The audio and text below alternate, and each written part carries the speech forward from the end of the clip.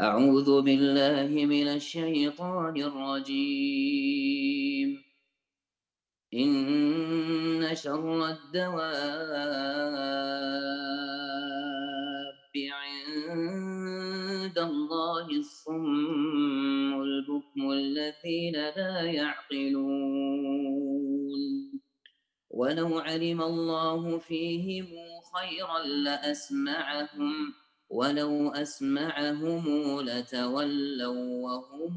معرضون.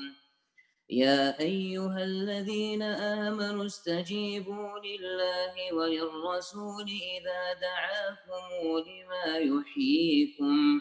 واعلموا أن الله يحول بين المرء وقلبه وأنه إليه تحشرون. واتقوا فتنة لا تصيبن الذين ظلموا منكم خاصة، واعلموا أن الله شديد العقاب. واذكروا إذ أنتم قليل مستضعفون في الأرض تخافون أن يتخطفكم الناس فآواكم وأيدكم بنصره ورزقكم من الطيبات لعلكم تشكرون. يا أيها الذين آمنوا لا تخونوا الله والرسول وتخونوا أماناتكم وأنتم تعلمون. واعلموا أنما أموالكم وأولادكم فتنة وأن الله عنده أجر عظيم. يا أيها الذين آمنوا إن تتقوا الله يجعل لكم فرقانا ويكفر عنكم سيئاتكم ويغفر لكم، والله ذو الفضل العظيم. وإذ يمكر بك الذين كفروا ليثبتوك أو يقتلوك أو يخرجوك ويمكرون ويمكر الله، والله خير الماكرين.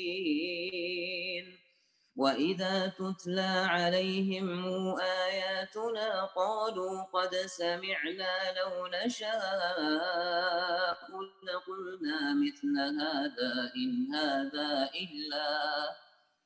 وإذا تتلى عليهم آياتنا قالوا قد سمعنا لو نشاء لقلنا مثل هذا إن هذا إلا أساطير الأولين. وإذ قالوا اللهم إن كان هذا هو الحق من عندك فأمطر علينا حجارة من السماء أو ائتنا بعذاب أليم. وما كان الله ليعذبهم وأنت فيهم، وما كان الله معذبهم وهم يستغفرون. وما لهم ألا يعذبهم الله وهم يصدون عن المسجد الحرام وما كانوا أولياءه إن أولياؤه إلا المتقون ولكن أكثرهم لا يعلمون. وما كان صلاتهم عند البيت إلا مكاء وتصدية فذوقوا العذاب بما كنتم تكفرون. إن الذين كفروا ينفقون أموالهم ليصدوا عن سبيل الله فسينفقونها ثم تكون عليهم حسرة ثم يغلبون والذين كفروا إلى جهنم يحشرون ليميز الله الخبيث من الطيب ويجعل الخبيث بعضه على بعض فيركمه جميعا فيجعله في جهنم أولئك هم الخاسرون قل للذين كفروا إن ينتهوا يغفر لهم ما قد سلف وإن يعودوا فقد مضت سنة الأولين وقاتلوهم حتى لا تكون فتنة ويكون الدين كله لله فإن انتهوا فإن الله بما يعملون بصير وإن تولوا فاعلموا أن الله مولاكم نعم المولى ونعم النصير بے شک بدترین خلائق اللہ تعالیٰ کے نزدیک وہ لوگ ہیں جو بہرے ہیں، گونگے ہیں، جو کہ ذرا بھی نہیں سمجھتے، اور اگر اللہ تعالیٰ ان میں کوئی خوبی دیکھتا تو ان کو سننے کی توفیق دے دیتا، اور اگر ان کو اب سنا دے تو ضرور روگردانی کریں گے بے رخی کرتے ہوئے۔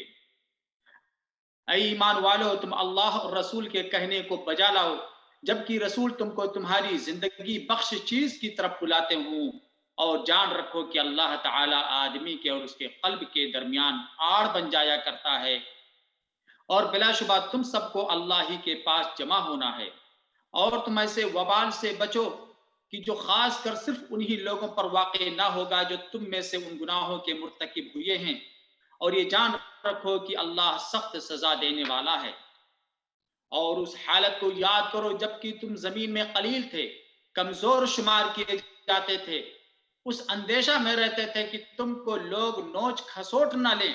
سو اللہ نے تم کو رہنے کی جگہ دی اور تم کو اپنی نصرت سے قوت دی، اور تم کو نفیس چیزیں عطا فرمائی تاکہ تم شکر کرو۔ اے ایمان والو، تم اللہ اور رسول کے حقوق میں جانتے ہوئے خیانت مت کرو، اور اپنی قابل حفاظت چیزوں میں خیانت مت کرو، اور تم اس بات کو جان رکھو کہ تمہارے اموال اور تمہاری اولاد ایک امتحان کی چیز ہیں، اور اس بات کو جان رکھو کہ اللہ تعالیٰ کے پاس بڑا بھاری اجر ہے۔ اے ایمان والو، اگر تم اللہ سے ڈرتے رہو گے تو اللہ تعالیٰ تم کو ایک فیصلہ کی چیز دے گا، اور تم سے تمہارے گناہ دور کر دے گا اور تم کو بخش دے گا، اور اللہ تعالیٰ بڑے فضل والا ہے۔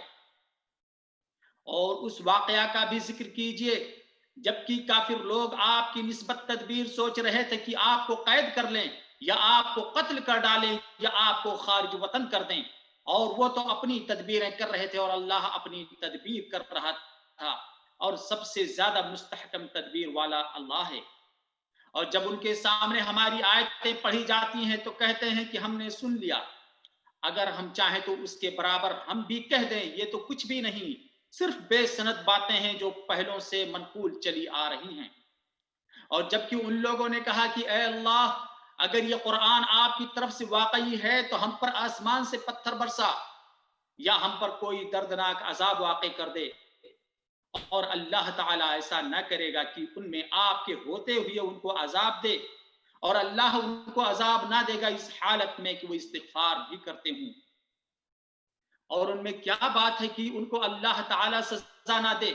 حالانکہ وہ لوگ مسجد حرام سے روکتے ہیں جبکہ وہ لوگ اس مسجد کے متولی نہیں، اس کے متولی تو سوا متقیوں کے اور اشخاص نہیں، لیکن ان میں اکثر لوگ علم نہیں رکھتے۔ اور ان کی نماز کعبہ کے پاس صرف یہ تھی سیٹیاں بجانا اور تالیاں بجانا، سو اپنے کفر کے سبب اس عذاب کا مزہ چکھو۔ بلا شک یہ کافر لوگ اپنے مالوں کو اس لیے خرچ کر رہے ہیں کہ اللہ کے راہ سے روکیں، سو یہ لوگ تو اپنے مالوں کو خرچ کرتے ہی رہیں گے، پھر وہ مال ان کے حق میں باعث حسرت ہو جائیں گے، پھر مغلوب ہو جائیں گے، اور کافر لوگوں کو دوزخ کی طرف جمع کیا جائے گا